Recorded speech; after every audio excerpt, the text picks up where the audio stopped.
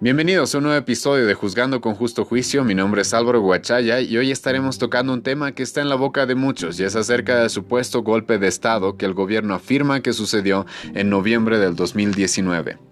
Pero ¿será realmente eso lo que pasó? ¿Será verdad de que Evo Morales tuvo que dejar el poder por un golpe de Estado? ¿Será verdad de que el gobierno de Yanine Áñez fue inconstitucional o de facto como lo llaman comúnmente? Debo aclarar de que yo no pertenezco a ningún partido político, por lo cual lo presentado en este episodio proviene de un estudio imparcial de las evidencias, buscando juzgar con justo juicio los diferentes acontecimientos que nos rodean. Para empezar a relatar todo lo sucedido, debemos remontarnos al 21 de febrero del 2016. Si realmente queremos entender qué es lo que sucedió entre octubre y noviembre del 2019, debemos entender lo que ya estaba sucediendo desde el año 2016. En ese año, Evo Morales había llamado un referéndum buscando el apoyo para un cuarto mandato. Y como es conocimiento de todos, Evo Morales perdió ese referéndum. Más del 51% de la población le dijo que no estaba de acuerdo con una tercera reelección. A esto, el entonces mandatario respondió alegando que volverse a postular era su derecho humano, pasando por encima el derecho humano a ser escuchados de millones de bolivianos que votaron en contra de esto. Pero por esta causa se puede entender que ya desde el 2016 había crecido un malestar en contra del gobierno de Morales, quien ya de manera abierta era acusado de ser un dictador o de estar siguiendo claramente los pasos de Hugo Chávez o de la dictadura de los Castro en Cuba. Esto es muy importante cuando queremos analizar lo sucedido el 2019, pues llegamos al 20 de octubre de ese año con una molestia generalizada de la población, solo por tener que ver una vez más las fotos de Evo Morales y Álvaro García Linera en la papeleta de sufragio. Así que tenemos más o menos a la mitad del electorado molesto, pues aquel líder que decía que gobernaba por el pueblo estaba haciendo oídos sordos a más de la mitad de la población. A esto debemos añadirle que el mismo día de las elecciones se presentaron irregularidades. Una de las más notorias fue de que se detuvo la transmisión de resultados electorales preliminares, o como se conoce, el TREP. Cuando ya se veía venir claramente una segunda vuelta entre Carlos Mesa y Evo Morales, por orden de los vocales del Tribunal Supremo Electoral, el TREP fue suspendido, siendo reanudado casi 24 horas después.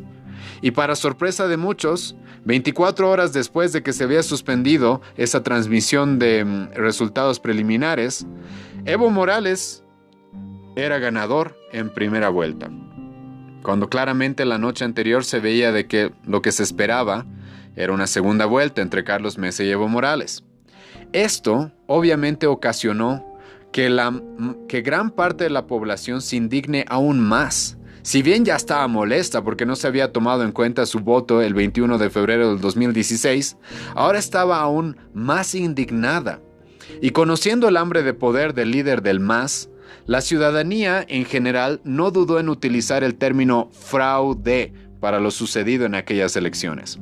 Esto ocasionó lo que hoy se conoce como los 21 días de resistencia que terminarían con la renuncia de Evo Morales. Los 21 días de resistencia fueron casi un mes de protestas diarias que paralizaron el país. Algo que debemos recalcar en este punto es de que si bien no se puede negar que los principales personajes políticos no estaban relegados de estas protestas, los verdaderos protagonistas fueron los ciudadanos de a pie. Hombres, mujeres, jóvenes e incluso niños de clase baja, media y alta dejaron de trabajar para protestar por muchos días, organizándose de manera voluntaria para que su reclamo sea escuchado. En aquel momento, el gobierno intentó culpar de las movilizaciones a su principal opositor, Carlos Mesa. Pero aquellos que presenciamos las movilizaciones y los diferentes cabildos, fuimos testigos de que tal personaje no lideró las movilizaciones. Incluso en algunos cabildos aquí en La Paz no se le dio espacio a Carlos Mesa, pues la ciudadanía quería dejar claro que esto no era un complot político para sacar a Evo Morales de la presidencia, sino que era el deseo de una población cansada de ver abusos de poder. Después de esto, y a pesar de las burlas de Evo Morales a las manifestaciones ciudadanas, pues él se presenta como un experto en convulsionar el país, tanto que ofreció incluso dar cátedra al respecto. Evo Morales no tuvo otra opción que dejar que se haga una auditoría, algo que llevó a cabo la Organización de Estados Americanos, conocida como la OEA. Esto es un detalle importante si queremos analizar lo sucedido en aquel momento. ¿Por qué? Porque la OEA en aquel momento estaba siendo dirigida por un hombre llamado Luis Almagro. Luis Almagro, escucha bien esto, en mayo del 2019, de manera pública había expresado su apoyo al cuarto mandato inconstitucional de Evo Morales. En otras palabras, Luis Almagro era admirador y colaborador del presidente cocalero, por lo que esa auditoría no estaba parcializada en contra de Evo Morales, sino más bien se podía sospechar completamente lo contrario. Y mientras se hacía esta auditoría, las protestas se incrementaban. Diferentes organizaciones se sumaban a estas, y la situación se empezaba a calentar aún más cuando el 8 de noviembre la policía boliviana se amotinó. Ahora, ¿por qué se amotinó la policía boliviana? Probablemente se amotinó porque estaba cansada de ser utilizada como los mandaderos de Evo Morales. Pues constantemente veíamos en las noticias que la policía boliviana andaba cargando y llevando colchones, comprando y repartiendo comida a aquellos que eran allegados del presidente.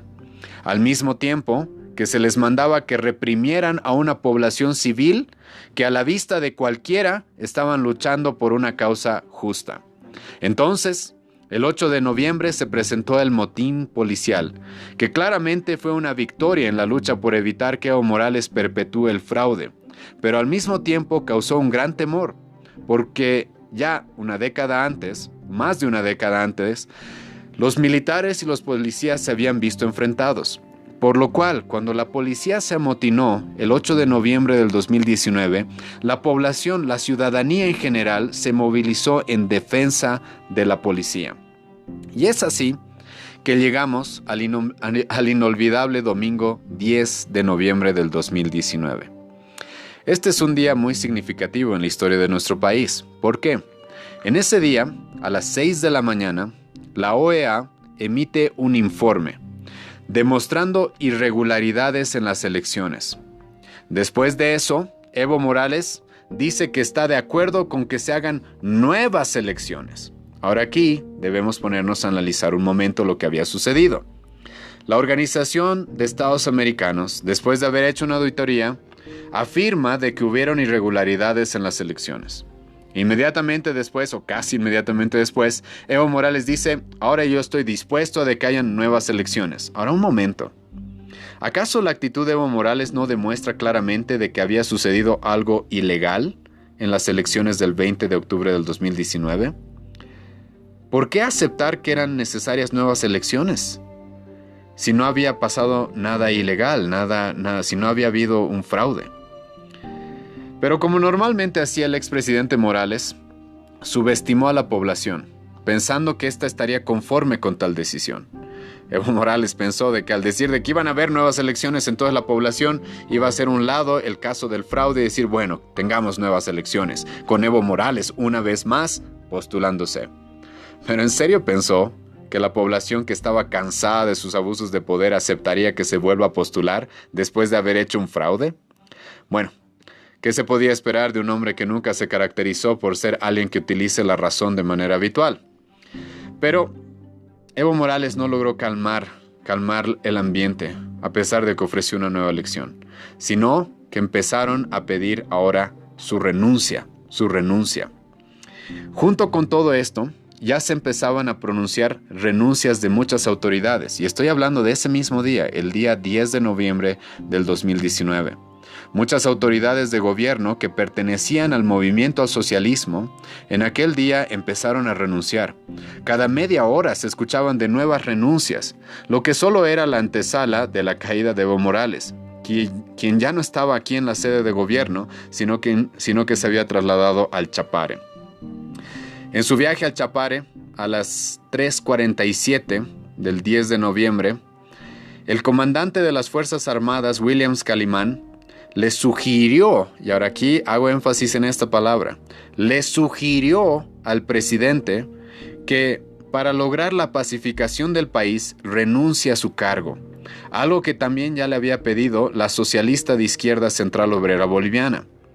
Una hora después de estas sugerencias y estas peticiones, Evo Morales y su vicepresidente estaban presentando de manera pública sus renuncias y al día siguiente estarían saliendo del país rumbo a México, donde pidieron asilo político. Ahora, yo sé por si acaso de que he presentado un resumen, un muy resumido.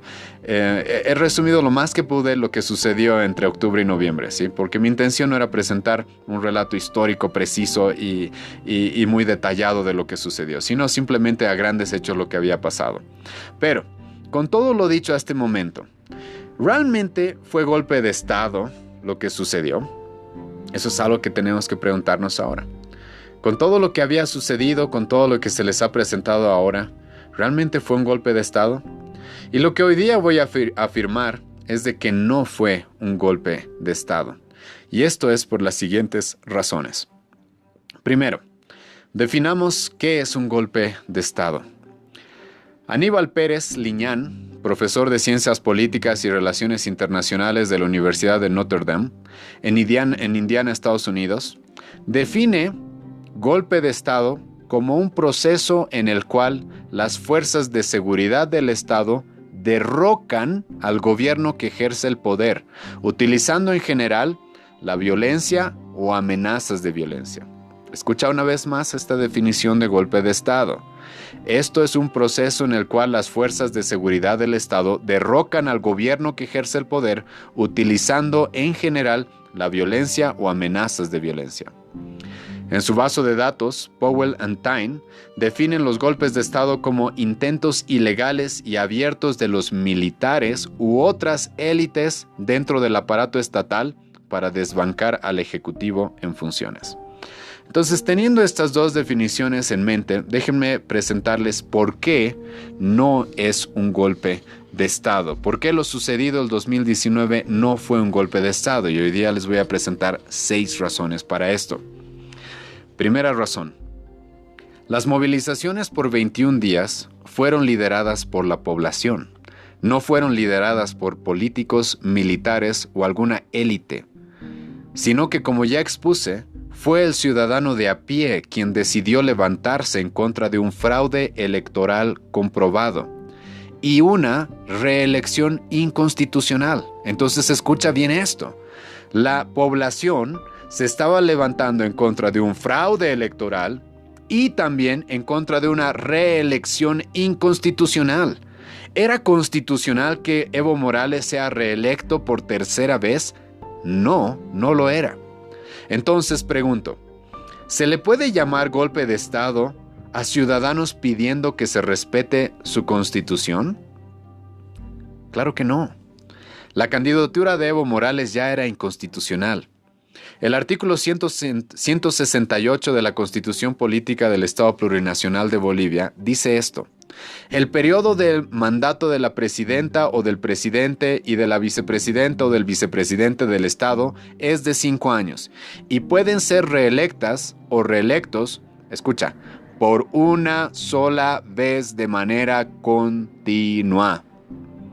Evo Morales ya estaba en un gobierno ilegítimo e inconstitucional, estaba ya en su tercera etapa de gobierno y estaba buscando una tercera reelección. Quería una cuarta etapa de gobierno. Las Fuerzas Armadas, escucha, es por este motivo de que este es uno de los motivos por los cuales no se le puede llamar golpe de Estado. Ahora yo sé de que aquí va a entrar el tema de las Fuerzas Armadas y los militares. Y este es mi segundo punto. Como segundo punto, por el cual no creo y no debemos creer de que esto fue golpe de Estado, es de que las Fuerzas Armadas, escucha, no tomaron el gobierno por la fuerza o intervinieron de manera violenta, provocando la renuncia del presidente. Ahora, alguien va a decir, pero un momento. Las Fuerzas Armadas le sugirieron al presidente que renuncie. Es por eso que hace un momento hice énfasis en esta palabra sugerir. Escucha cuáles son las obligaciones y responsabilidades de las Fuerzas Armadas en nuestro país.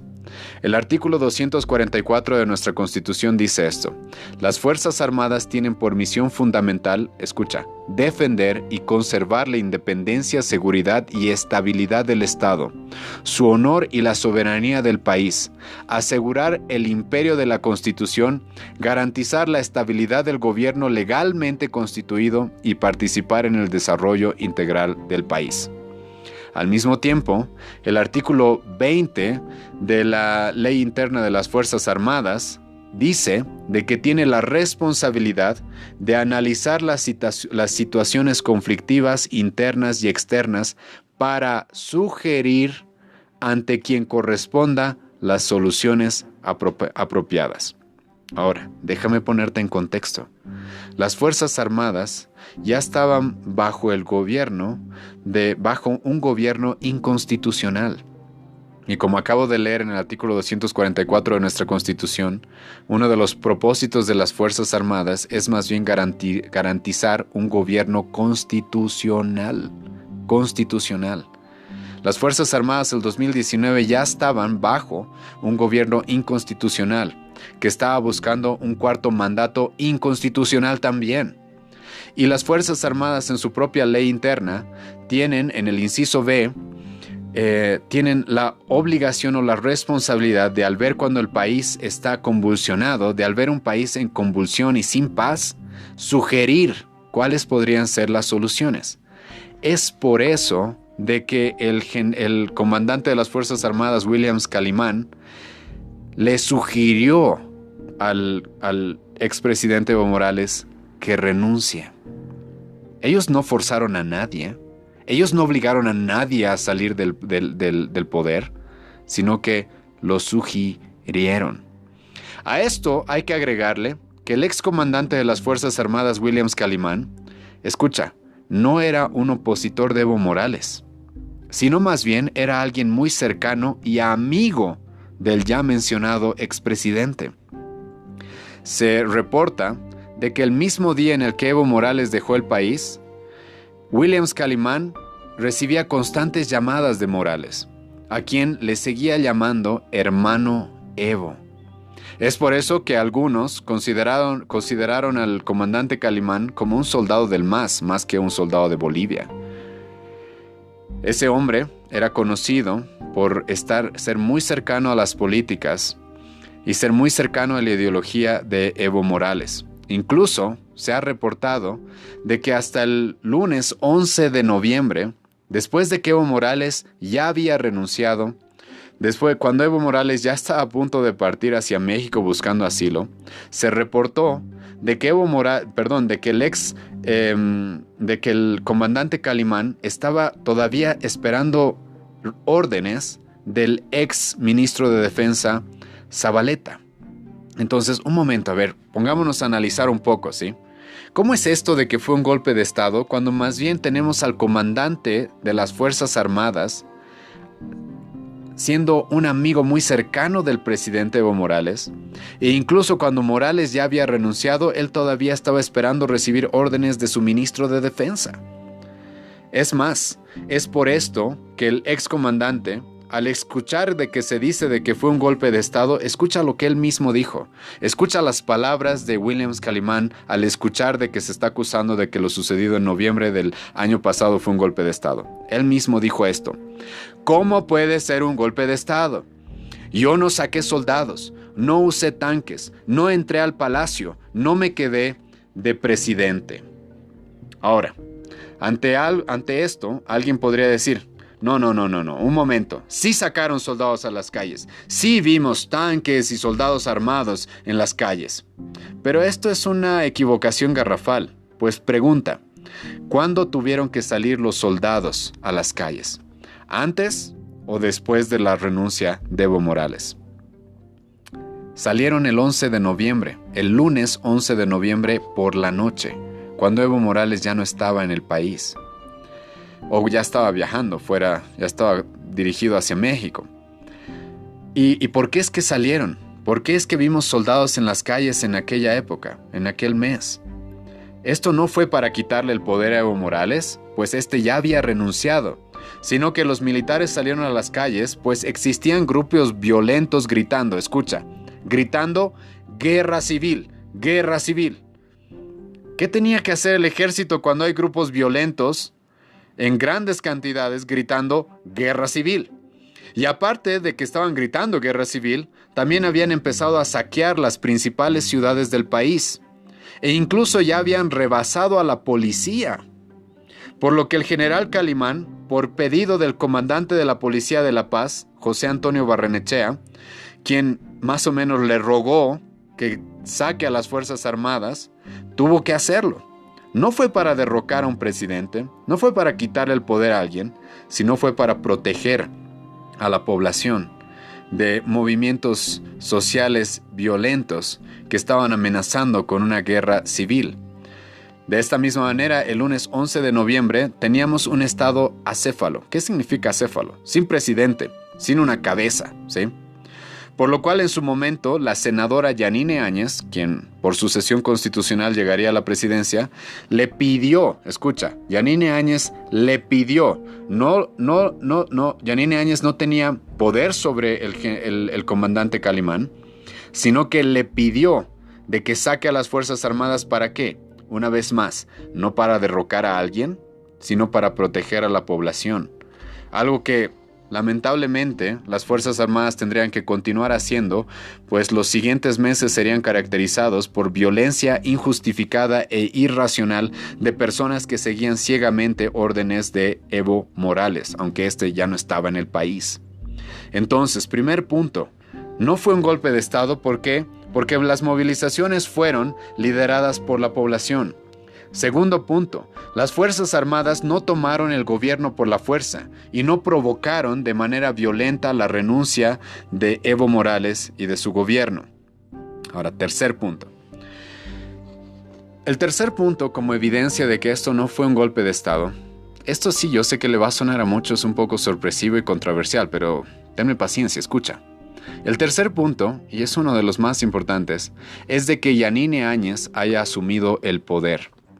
Esto es una evidencia clara de que no fue un golpe de Estado, pues se podría hablar de golpe de Estado si quizás alguno de los líderes políticos o cívicos hubiera tomado el poder a la fuerza, pero no fue así, sino que llegó al poder una mujer desconocida para muchos, alguien que no había estado liderando ninguna plataforma ciudadana.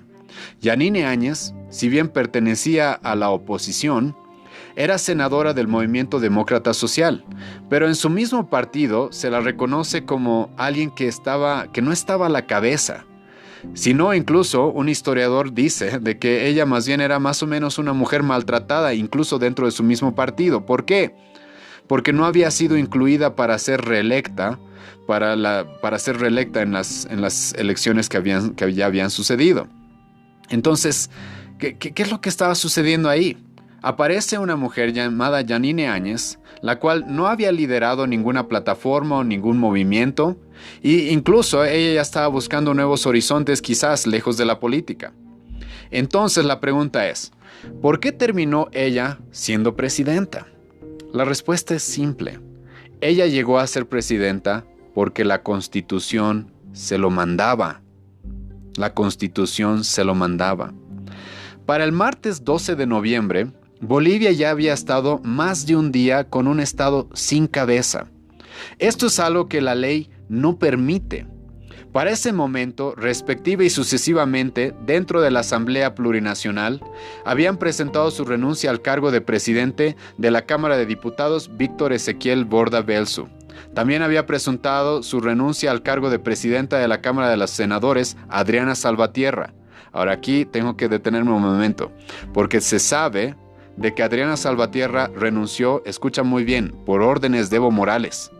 Adriana Salvatierra pudo haberse quedado como presidenta de la nación, pero fue una orden de Evo Morales que ella renuncie.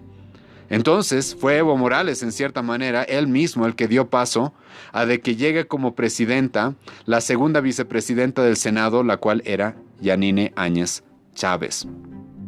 Ella debía asumir la presidencia de la Cámara de Senadores, la presidencia de la Asamblea Legislativa Plurinacional en primera instancia, y como todos los demás habían renunciado, es por eso que el Tribunal Constitucional Plurinacional comunicó que el Estado no podía quedar acéfalo, por lo cual la presidencia debía ser asumida, escucha, ipso facto. ¿Qué significa ipso facto? De manera inmediata. El mismo Tribunal Constitucional Plurinacional que en su momento apoyó que Evo Morales se vuelva a postular para presidente de manera inconstitucional, ese mismo tribunal que era afín al MAS estuvo dispuesto y fue sincero al decir de que ipso facto debía tomar la presidencia por sucesión constitucional Yanine Áñez. No porque ella haya buscado esa labor, no porque ella haya buscado ese cargo, no porque ella haya hecho algo para llegar a ese cargo, sino simplemente los acontecimientos hicieron que esto suceda. La presidencia recayó sobre ella. A esto también debo agregar, de manera personal, que tengo información muy cercana y confiable de lo sucedido en esos días. Y se me informó de que Yanine Áñez, en primera instancia, al ver la convulsión social que se vivía y la gran responsabilidad que significaba ser presidente de Bolivia en ese momento, ella no quería ser presidenta. Ella no quería ser presidenta, pero tuvo que tomar el cargo por deber y obligación hacia la Constitución. Fue la Constitución, fue la misma Constitución la que hizo que Yanine Áñez llegue al poder. Ahora, pregunta, ¿cómo podría ser un golpe de Estado cuando la persona que toma el poder personalmente no había buscado ese cargo? Entonces, un momento, ¿cómo pueden llamarle golpe de Estado cuando la persona que llegó al poder no quería ser presidenta? No quería ese cargo, no había buscado ese cargo. Pero la Constitución es clara. El artículo 170 de nuestra Constitución Política del Estado señala que la presidenta o el presidente del Estado cesará en su mandato por muerte, por renuncia presentada ante la Asamblea Legislativa Plurinacional, por ausencia o impedimento definitivo, por sentencia condenatoria ejecutoria en material penal o por revocatoria del mandato. Y para el martes 12 de noviembre, Evo Morales ya había pedido asilo político en México. Ya estaba fuera del país, por lo que se debía proceder a la sucesión constitucional de la presidencia, algo que por si acaso no era nuevo. Esto ya había sucedido en el gobierno de Banzer el 2001 o en el 2005 con Eduardo Rodríguez Belcé. 2 veces, por si acaso, en las cuales no se necesitó que el Parlamento esté completamente reunido. ¿Han escuchado gente que dice que fue golpe de Estado porque se proclamó a Yanine Áñez presidenta y no estaba el Parlamento? Bueno, tampoco estuvo el Parlamento el 2001 y el 2005 completamente reunido. Y nadie llamó golpe de Estado a esas sucesiones constitucionales que ya habían sucedido en aquellas ocasiones, ¿o no? Entonces, ¿por qué llamar golpe de Estado a lo que sucedió el 2019? Eso es algo que no tiene ningún fundamento, tanto en la Constitución como en la misma lógica. Cuarto punto. Los asambleístas del MAS, con la mayoría en el Parlamento, escucha bien esto, ellos mismos afirmaron la constitucionalidad del gobierno de Yanine Áñez. Entonces, ¿cómo puede ser que ahora el partido y el gobierno del movimiento al socialismo, del MAS, diga que fue golpe de Estado, cuando resulta de que ellos mismos, su propio parlamento, afirmó que el gobierno de Yanine Áñez era constitucional? ¿Cómo sabemos esto? ¿Y cómo es que podemos afirmar esto? Bueno, en la ley 1266 del 24 de noviembre del 2019, firmaron los mismos asambleístas del MAS afirmando que el gobierno de la presidenta Áñez era un régimen de transición y que tenía la labor de llamar a elecciones, además de que también anularon las elecciones del 20 de octubre del 2019. Pregunta: ¿por qué los asambleístas del MAS anularían las elecciones del 20 de octubre del 2019 si no había fraude? ¿Por qué los asambleístas del MAS firmarían una ley que afirma de que Yanine Áñez era una presidenta legítima si resulta que fue golpe de Estado? Ellos no tenían por qué hacer eso si resulta que había sucedido un golpe de Estado. A esto también debemos añadirle de que los mismos asambleístas firmarían la ley número 1270, en la que se haría legítima una prórroga del mandato de Áñez. Entonces, escucha, los mismos asambleístas del MAS estarían de acuerdo y firmarían en que Yanine Áñez extienda su tiempo de mandato. ¿Por qué harían eso si resulta que era un gobierno de facto? Si resulta que era un gobierno ilegítimo. Eso es algo que no tiene ninguna lógica. A esto también hay que añadirle de que el que ahora es presidente, Luis Arce Catacora, y este es mi quinto punto del día de hoy, el 21 de mayo del 2020 aceptó en televisión nacional que el gobierno de Áñez era de transición, pero, escucha, constitucional. A Luis Arce Catacora, que ahora dice, y él está proponiendo que era un gobierno de facto, ilegítimo, un golpe de Estado, él mismo en televisión nacional dijo, sus palabras fueron, no, es un gobierno de transición constitucional.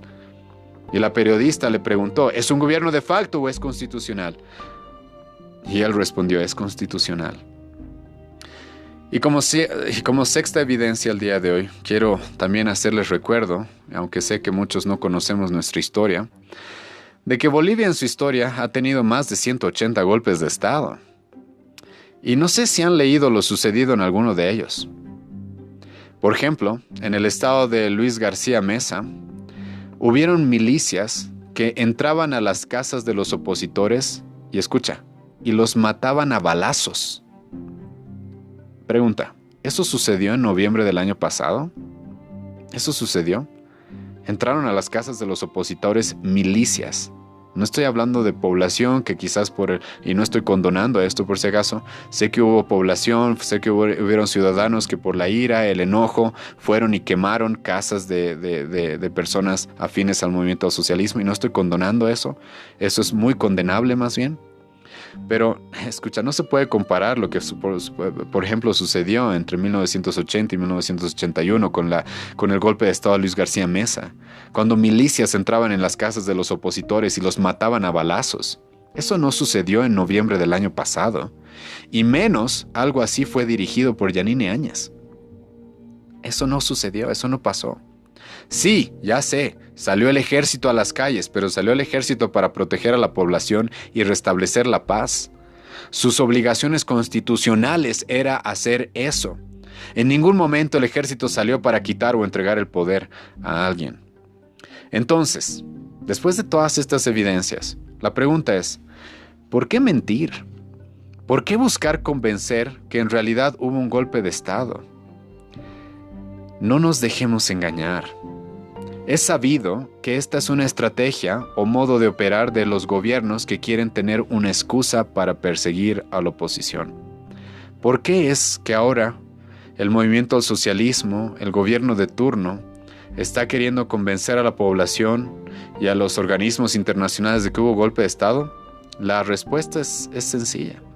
Están buscando una excusa para poder perseguir a la oposición. Y entonces, una vez más, como siempre ha sido una de sus metas, quedarse en el poder indefinidamente.